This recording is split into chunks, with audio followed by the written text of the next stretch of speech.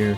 I'm gonna start with the matchups that we know, starting with the 4 versus 5 matchup, mainly because this is very interesting, and I'm very interested to see where your head's at, because I think this will be low key one of the more interesting series. We've got a lot of them, but this one especially because it's the 4 seeded Cavs going up against the 5th seeded Magic. Two relatively young teams. It feels like, though, like in theory, Cavs, they were in the playoffs last year, so many would say they're a notch above the Magic in terms of their relevancy slash rebuild, I guess, progress. But anyway, John, what are your thoughts on these two teams and how this series will pan out? The Magic, kind of an ascending team over the last couple of years, slowly working their way up in terms of their competitiveness within the Eastern Conference, through a large part due to some of their hits in the draft recently with Paolo Banchero, Franz Wagner. But still, I don't think this is necessarily going to be their year. I could be wrong on this one, but I feel like with Cleveland, you have the added aspect if you got the best player in the series, Donovan Mitchell. I like some of the matchups that Cleveland's going to have in terms of the paint versus the Magic's bigs.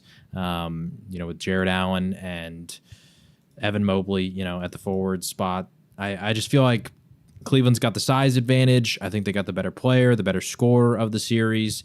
And also, the Magic haven't been great on the road, so I think the fact that they are going to have to play, if it goes 7, a Game 7 in Cleveland doesn't necessarily bode well for them. They're a lot better at home. They have a losing record on the road, which when you look at the Eastern Conference, all the teams that are going to be in the playoffs, it is only them and Milwaukee that have such a problem. So, yeah, pretty much, yeah, I'm leaning towards Cleveland. I think it's probably Cleveland in 6. I don't think the Magic are going to be an easy team by any means. Like I said, that home court, they are really good at defending it. They actually have, I think, the 3rd most wins in the conference at home. So, yeah, I think that they can take a couple at home, maybe steal one on the road, but for the most part, with Cleveland, like I said, having that advantage in my eyes inside the paint, and then with Donovan Mitchell being the best scorer, which, with the NBA playoffs, it often comes down to who has the best player typically, or the best couple players. And I just feel like Cleveland has that advantage. So, yeah, I'm going to go with the Cavs here to win in 6. Yeah, I think I'm agreeing with you. I think Cavs ultimately will be the winners. Just because matchup-wise, it'll be interesting to see Banchero. I'm assuming they're going to throw Evan Mobley on him. And that'll be just be an interesting matchup to watch regardless, or they may mix it up, Cleveland. And yeah, it'll be interesting to see if, because it's very quietly, except for Orlando fans, they know very well, Banchero's kind of been the main driving force of this, like you mentioned, this recent success.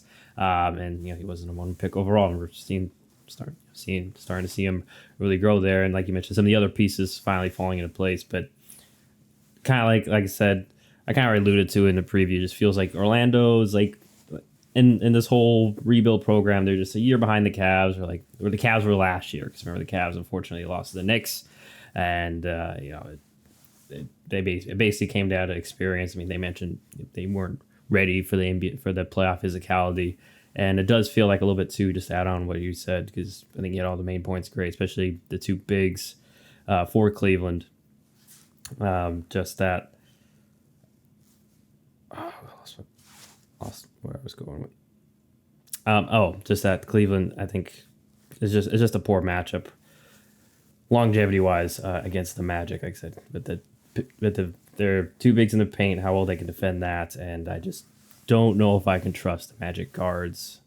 If they need to step up, Cole Anthony's, who's been solid, but he's kind of been streaking on off the bench, and Jalen Suggs as well.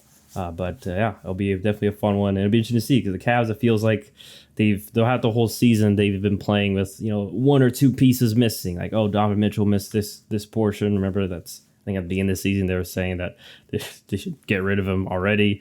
I think Darius Garland's been in and out. Same with Evan Mobley and especially Jared Allen for a good part of the season. So that could be an issue too. It's just continuity for the Cavs. But I expect them to take it in 6.